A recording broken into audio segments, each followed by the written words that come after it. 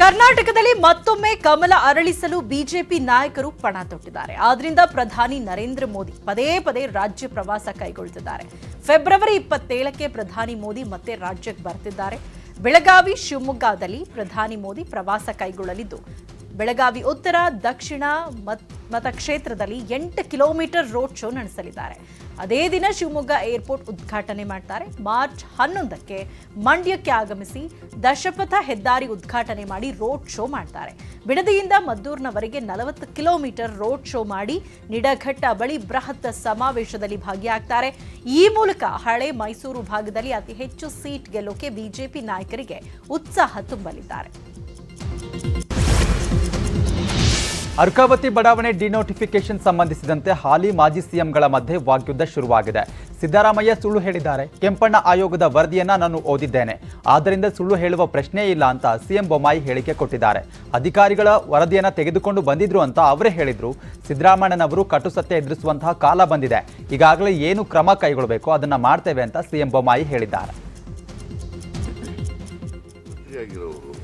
ಜವಾಬ್ದಾರಿಯಿಂದ ಉತ್ತರ ಕೊಡೋದು ಬಿಟ್ಟು ಸಿದ್ದರಾಮಯ್ಯನವರ ಕಾಲದಲ್ಲಿ 852 ಎಕರೆ ಡಿನೋಟಿಫೈ ಆಗ್ಬಿಟ್ಟದೆ ಸ್ಪೆಸಿಫಿಕ್ ಬರೆದಿದ್ದಾರೆ ಕೆಂಪಣ್ಣವರು. ಸಿದ್ದರಾಮಯ್ಯನವರು ಒಂದೇ ಒಂದು ಎಕರೆನೂ ಕೂಡ ಡಿನೋಟಿಫೈ ಮಾಡಿಲ್ಲ.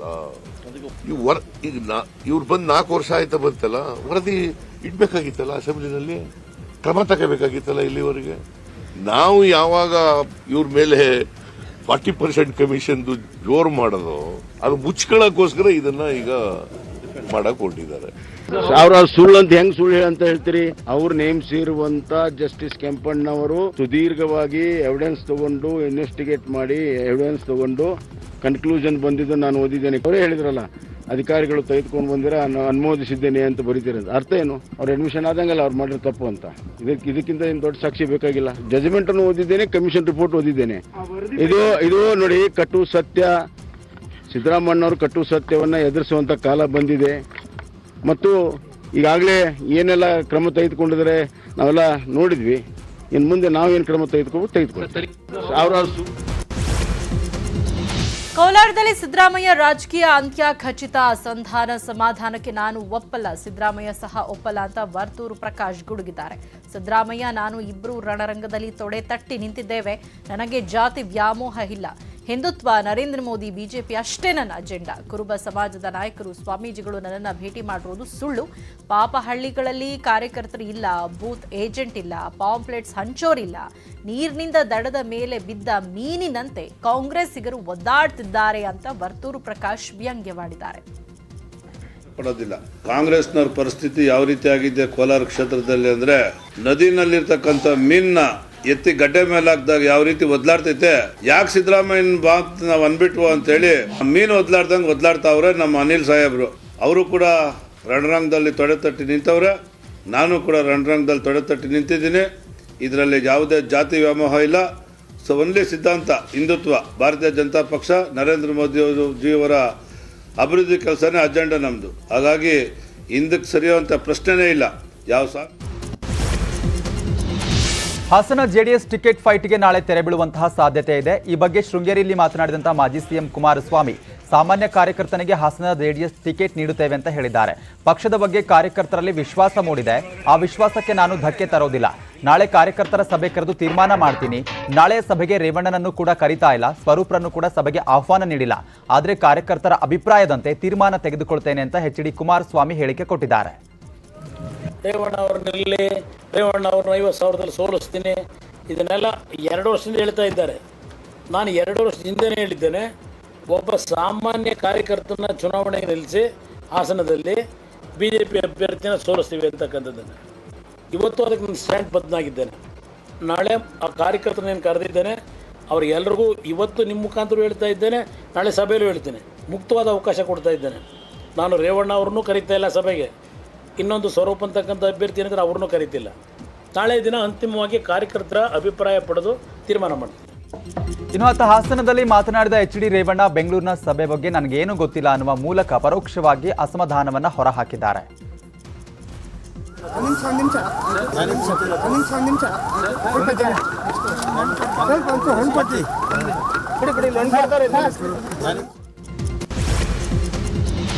ರಾಜ್ಯದಲ್ಲಿ ಆಳುವ ಪಾರ್ಟಿ ಸೇವೆ ಮಾಡುವ ಪಾರ್ಟಿಗಳಿವೆ. ಕಾಂಗ್ರೆಸ್ ಆಳೋ ಪಾರ್ಟಿ, ಜೆಡಿಎಸ್ ಆಳುವ ಪಾರ್ಟಿ, ಬಿಜೆಪಿ ಸೇವಕನ ಪಾರ್ಟಿ ಅಂತ ಬಿಜೆಪಿ ರಾಜ್ಯಾಧ್ಯಕ್ಷ ನಳಿನ್ ಕುಮಾರ್ ಕಟೀಲ್ ಹೇಳಿದ್ದಾರೆ.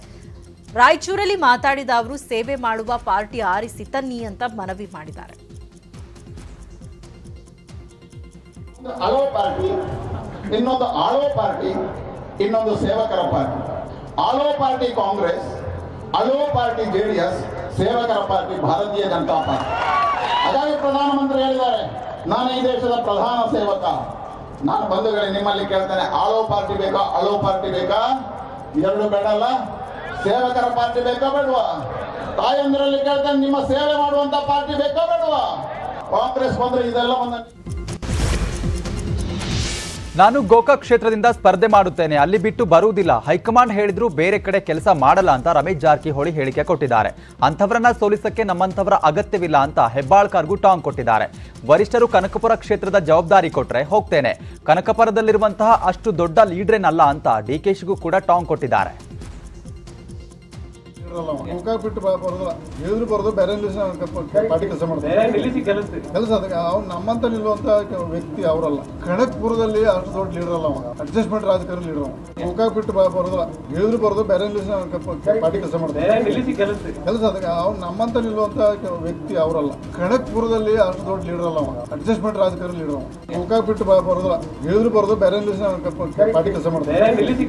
ಕೆಲಸ ಅವ್ನು ನಮ್ಮಂತ ನಿಲ್ಲುವಂತ ವ್ಯಕ್ತಿ ಅವರಲ್ಲ. ಖಡಗ್ಪುರದಲ್ಲಿ ಅಷ್ಟು ದೊಡ್ಡ ಲೀಡರ್ ಅಲ್ಲ, ಅಡ್ಜಸ್ಟ್ಮೆಂಟ್ ರಾಜಕಾರಣ ಲೀಡರ್. ಗೋಕಾಕ್ ಬಿಟ್ಟು ಬರೋದಿಲ್ಲ, ಹೇಳಿದ್ರು ಬರೋದು ಬೇರೆ ಪಾರ್ಟಿ ಕೆಲಸ ಮಾಡ್ತಾರೆ. ಕೆಲಸ ಅವ್ನು ನಮ್ಮಂತ ನಿಲ್ಲುವಂತ ವ್ಯಕ್ತಿ ಅವರಲ್ಲ. ಖಡಗ್ಪುರದಲ್ಲಿ ಅಷ್ಟು ದೊಡ್ಡ ಲೀಡರ್ ಅಲ್ಲ, ಅಡ್ಜಸ್ಟ್ಮೆಂಟ್ ರಾಜಕಾರಣ ಲೀಡರ್. ಗೋಕಾಕ್ ಬಿಟ್ಟು ಬರೋದಿಲ್ಲ, ಹೇಳಿದ್ರು ಬರೋದು ಬೇರೆ ಪಾರ್ಟಿ ಕೆಲಸ ಮಾಡ್ತಾರೆ. ಕೆಲಸ. ಬಾಗಲಕೋಟೆ ಜಿಲ್ಲೆಯ ಕಲಾದಗಿಯಲ್ಲಿ ಕಂದಾಯ ಸಚಿವ ಆರ್ ಅಶೋಕ್ ಗ್ರಾಮ ವಾಸ್ತವ್ಯ ನಡೆಸಿದ್ರು. ಇದೇ ಸಂದರ್ಭದಲ್ಲಿ ಅಂಗವಿಕಲ ವೃದ್ಧನಿಗೆ ಕೃತಕ ಕಾಲು ಜೋಡಣೆ ಮಾಡಿದ್ರು. ಕೆಳಗಡೆ ಕೂತು ವೃದ್ಧನಿಗೆ ಕಾಲು ಜೋಡಿಸಿದ್ರು. ಜೋಡಿಸಿ ಅವರ ಬಾಳಿನ ಜ್ಯೋತಿಯನ್ನ ಬೆಳಗುವಂತಹ ಕಾರ್ಯವನ್ನ ಮಾನ್ಯ ಕಂದಾಯ ಸಚಿವರು ಮಾಡ್ತಾ ಇದ್ದಾರೆ. ಅವರಿಗೆ ತುಂಬ ಹೃದಯದ ಅಭಿನಂದನೆಗಳು.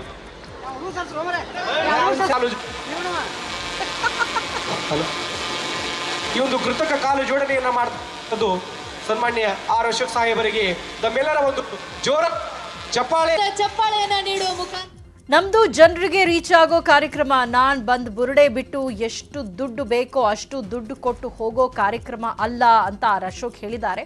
18,000 ಫಲಾನುಭವಿಗಳಿಗೆ ನಾಳೆ ಬಾ ಅನ್ನಲ್ಲ, ಸ್ಥಳದಲ್ಲೇ ಕೊಡೋ ವ್ಯವಸ್ಥೆ ಮಾಡಿದ್ದೀವಿ. ಅವರು 50 ವರ್ಷ ದೇಶ ಆಳಿದ್ದಾರೆ, ರಾಜ್ಯದಲ್ಲೂ 50 ವರ್ಷ ಆಳಿದ್ದಾರೆ. ನಿಮ್ಮ ಕೈಯಲ್ಲಿ ಅಧಿಕಾರ, ಹಣ, ಅಂತಸ್ತು ಎಲ್ಲ ಇದ್ದಾಗ ಯಾಕೆ ಕೊಡ್ಲಿಲ್ಲ? ಈಗ ಇನ್ನೊಮ್ಮೆ ಅಧಿಕಾರ ಕೊಡಿ ಅಂತ ಹೇಳ್ತಾರೆ ಅಂತ ಕಾಂಗ್ರೆಸ್ ವಿರುದ್ಧ ಕಿಡಿಕಾರಿದ್ರು. ನಾನು ಬಂದು ಯಾವುದೇ ಬುರುಡೆ ಬಿಟ್ಟು ನಾನು ಏನೋ ಮಾಡ್ಬಿಡ್ತೀನಿ, ನಾನು ನಿಮ್ಗೆಲ್ಲ ಕೊಟ್ಬಿಡ್ತೀನಿ, ನಮ್ಗೆ ಗೆಲ್ಸಿ, ನಿಮ್ಗೆ ಏನೇನು ಬೇಕೋ, ಎಷ್ಟು ದುಡ್ಡು ಬೇಕೋ ಎಲ್ಲ ಕೊಡ್ತೀನಿ ಅಂತ ಹೇಳಿ ಹೋಗುವಂತ ಕಾರ್ಯಕ್ರಮ ಅಲ್ಲ ಇದು. ಇಲ್ಲೇ ಸ್ಥಳದಲ್ಲೇ ಸುಮಾರು 18,000ಕ್ಕೂ ಹೆಚ್ಚು ಜನ ಫಲಾನುಭವಿಗಳೇ ಸ್ಥಳದಲ್ಲೇ ನಾಳೆ ಬಾ ಅನ್ನಲ್ಲ, ಇವತ್ತೇ ಇಲ್ಲೇ ಕೊಡುವಂತ ವ್ಯವಸ್ಥೆಯನ್ನ ಮಾಡ್ತೀವಿ. ನಮ್ದು ಕೊಡುವಂಥದ್ದು. ಬೆಳಗಾವಿ ಗ್ರಾಮೀಣ ಕ್ಷೇತ್ರದಲ್ಲಿ ಕ್ರೆಡಿಟ್ ಫೈಟ್ ಮುಂದುವರಿತಾ ಇದೆ. ರಾಜಹಂಸಗಢ ಕೋಟೆ ಅಭಿವೃದ್ಧಿ ಮಾಡಲಾಗಿದ್ದು ಮಾರ್ಚ್ 2ರಂದು ಸಿಎಂ ಬಸವರಾಜ ಬೊಮ್ಮಾಯಿ ಲೋಕಾರ್ಪಣೆ ಮಾಡ್ತಾರೆ. ರಮೇಶ್ ಜಾರಕಿಹೊಳಿ ಮನವಿಗೆ ಮಾಡಿದಂತಹ ಸಿಎಂ ಬೊಮ್ಮಾಯಿಗೆ ಕೋಟೆ ಉದ್ಘಾಟನೆಗೆ ಒಪ್ಪಿಕೊಂಡಿದ್ದಾರೆ. ಇನ್ನು ಕಾಂಗ್ರೆಸ್ ಶಾಸಕಿ ಲಕ್ಷ್ಮೀ ಹೆಬ್ಬಾಳ್ಕರ್ ಮಾರ್ಚ್ 5ರಂದು ಕೋಟೆ ಉದ್ಘಾಟನೆ ಮಾಡೋದಕ್ಕೆ ಮುಂದಾಗಿದ್ರು. ಇದರ ಮಧ್ಯೆ ರಾಜಹಂಸಗಢದಲ್ಲಿ ಕಾಂಗ್ರೆಸ್ ಬಿಜೆಪಿ ಫ್ಲೆಕ್ಸ್ಗಳು ಕೂಡ ರಾರಾಜಿಸ್ತಾ ಇದ್ದಾವೆ. ಈ ನಡುವೆ ಹೆಬ್ಬಾಳ್ಕರ್ಗೆ ರಮೇಶ್ ಜಾರಕಿಹೊಳಿ ಟಾಂಗ್ ಕೊಟ್ಟಿದ್ದಾರೆ. ಇಂಥ ಎಮೋಷನ್ ಮಾಡಿ ನಾಟಕ ಮಾಡೋದು ಬುದ್ಧಿ, ಮುಂದಿನ ಚುನಾವಣೆ ಬುದ್ಧಿ ಕಲಿಸ್ತಾರೆ. ಮತ್ತು ಈಗಾಗಲೇ ಸಂಜಯ್ ಪಾಟೀಲ್ ಹೇಳಿದ ಪ್ರಕಾರ ಭ್ರಷ್ಟಾಚಾರದ ಬಗ್ಗೆ ನಮಗೆ ಮಾಹಿತಿ ಇಲ್ಲ. ಆರ್ ಟಿ ಐ ಬಗ್ಗೆ ಡಾಕ್ಯುಮೆಂಟ್ಸ್ ಮುಂದಿನ ದಿನ ಮಾತಾಡ್ತೇವೆ. ಅವ್ರ ಬಗ್ಗೆ ಒಂದು ಮಾತು ಹೇಳ್ತೀನಿ, ಹೆಸರು ತಗೋದಿಲ್ಲ. ಕಾಂಗ್ರೆಸ್ ಪಕ್ಷ ಬಿಲ್ಡಿಂಗ್ ಕಟ್ಸತ್ತಿಲ್ಲ, ನಾನು ಉತ್ತರ ಸಚಿವ ಕಾಂಗ್ರೆಸ್ ಪಕ್ಷದ ಅಲ್ಲೇ ರೊಕ್ಕ ತಿಂತಾರೆ ಅವರು. ಬೇಕಾದ್ರೆ ನಾವು ಇನ್ನೇ ನೋಡ್ರಿ ಕೇಳಿ ಅಲ್ಲಿ ದುಡ್ಡು ತಿಂದಾರ. ಯಾರು ತಿಂದ ತಿಳ್ಕೊ ದೊಡ್ಡದ ಮಾತಾಡ ಬ್ಯಾಗ್ ಹಿಡ್ಯಾರ, ಬಾಗಲಕ ಯಾರು ತಿಂದಾರ ನೋಡ್ರಿ. ನಾನು ಹೈಯೆಸ್ಟ್ ಕೊಟ್ಟನ ಅಣ್ಣ ಇಲ್ಲಿ ದುಡ್ಡು ಒಂದು ಕೋಟಿ ಮಾಡಿ ನಾನು ಕೊಟ್ಟನ. ಅದು ಬಿಲ್ಡಿಂಗ್ ಕಟ್ಟಾಕ ಅದ್ರೊಳಗೆ ದುಡ್ಡು ತಿಂದಾರ ಅವರು. ಬ್ಯಾಗ್ ಕಳೆದ 5 ವರ್ಷದ ವಿಡಿಯೋ ನೋಡ್ರಿ, ಆವಾಗ ಗಾಡಿಗಳು ಆವಾಗ ಅಂತ. ಚಿಕ್ಕಮಗಳೂರು ಜಿಲ್ಲೆಯ ಕಳಸ ತಾಲೂಕಿನ ಬಲಿಗೆ ಮೆಣಸಿನ ಹಾಡ್ಯಾದ ಜನ ಮತದಾನ ಬಹಿಷ್ಕರಿಸಿದ್ದಾರೆ. ನಾವು ಮೊಬೈಲ್ ಟವರ್ ಇಲ್ಲದೆ ಪರದಾಡ್ತಿದ್ದೀವಿ, ನಮ್ಮ ಮೊಬೈಲ್ಗೆ OTP ಬರದೆ ವೋಟ್ ಹಾಕಲ್ಲ ಅಂತ ಸಾಮಾಜಿಕ ಜಾಲತಾಣದಲ್ಲಿ ಅಭಿಯಾನ ಆರಂಭಿಸಿದ್ದಾರೆ. ಗ್ರಾಮದಲ್ಲಿ 70 ಕುಟುಂಬಗಳಿದ್ದು BSNL ಸೇರಿದಂತೆ ಯಾವುದೇ ಮೊಬೈಲ್ ನೆಟ್ವರ್ಕ್ ಇಲ್ಲದೆ ಜನ ಪರದಾಡ್ತಿದ್ದಾರೆ. ಆದ್ರಿಂದ ನಮಗೆ ಭರವಸೆ ಬೇಕಾಗಿಲ್ಲ, ಮೊಬೈಲ್ ಟವರ್ ನಿರ್ಮಿಸಬೇಕು, ಇಲ್ಲದಿದ್ರೆ ನಾವು ಮತದಾನವನ್ನ ಬಹಿಷ್ಕರಿಸ್ತೀವಿ ಅಂತ ಗ್ರಾಮಸ್ಥರು ಹೇಳಿದ್ದಾರೆ. ಶಿಗ್ಗಾವಿ ಸವಣೂರು ವಿಧಾನಸಭಾ ಕ್ಷೇತ್ರದ ಕಾಂಗ್ರೆಸ್ ಟಿಕೆಟ್ ವಿಚಾರ ದೊಡ್ಡ ಮಟ್ಟದಲ್ಲಿ ಸದ್ದು ಮಾಡ್ತಾ ಇದೆ. ಕಾಂಗ್ರೆಸ್ ಪಕ್ಷದಿಂದ ಪಂಚಮಸಾಲಿ ಸಮುದಾಯಕ್ಕೆ ಟಿಕೆಟ್ ನೀಡಿ ಅಂತ ಮುಸ್ಲಿಂ ಮುಖಂಡರು ಒತ್ತಾಯ ಮಾಡಿದ್ದಾರೆ. ಹಾವೇರಿ ಕಾಂಗ್ರೆಸ್ ಜಿಲ್ಲಾಧ್ಯಕ್ಷರನ್ನ ಭೇಟಿಯಾದ 50ಕ್ಕೂ ಅಧಿಕ ಮುಸ್ಲಿಂ ಮುಖಂಡರು ಪಂಚಮಸಾಲಿ ಸಮಾಜದ ಶಶಿಧರ್ ಎಲಿಗಾರ್ ಅವರಿಗೆ ಟಿಕೆಟ್ ಅನ್ನು ಕೊಡುವಂತೆ ಒತ್ತಾಯ ಮಾಡಿದ್ದಾರೆ.